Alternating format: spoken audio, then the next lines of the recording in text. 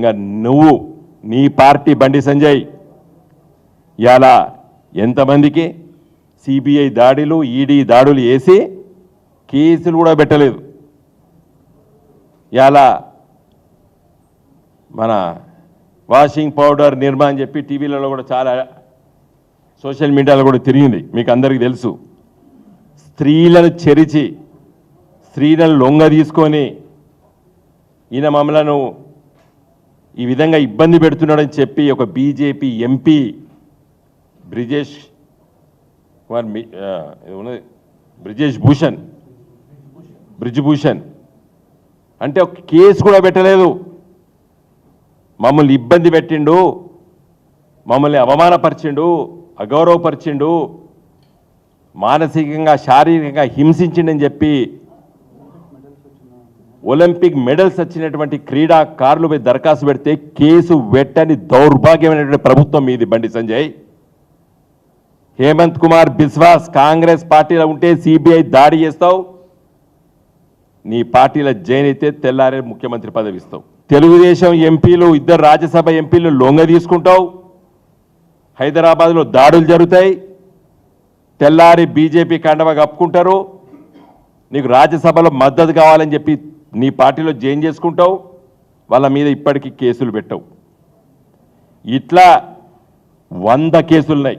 మహారాష్ట్రలో నారాయణరావు నారనే ఆయన మీద మొత్తం దాడులు జరుగుతాయి, కేసులు పెట్టవు.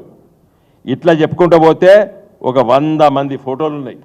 ఈడీ దాడులు, సిబిఐ దాడులు, తెల్లారి నీ పార్టీలో జాయిన్ అయితే బీజేపీ కండవ కప్పుకుంటే కేసులు మాఫీ. ఆ ఎఫ్ఐఆర్ స్టేజ్లో ఉంటాయి, ఛార్జ్షీట్లు ఫైల్ కావు.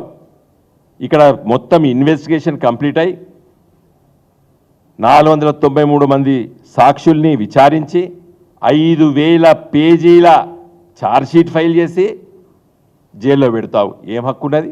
ఇలా సుప్రీంకోర్టు అదే వ్యాఖ్యానించింది.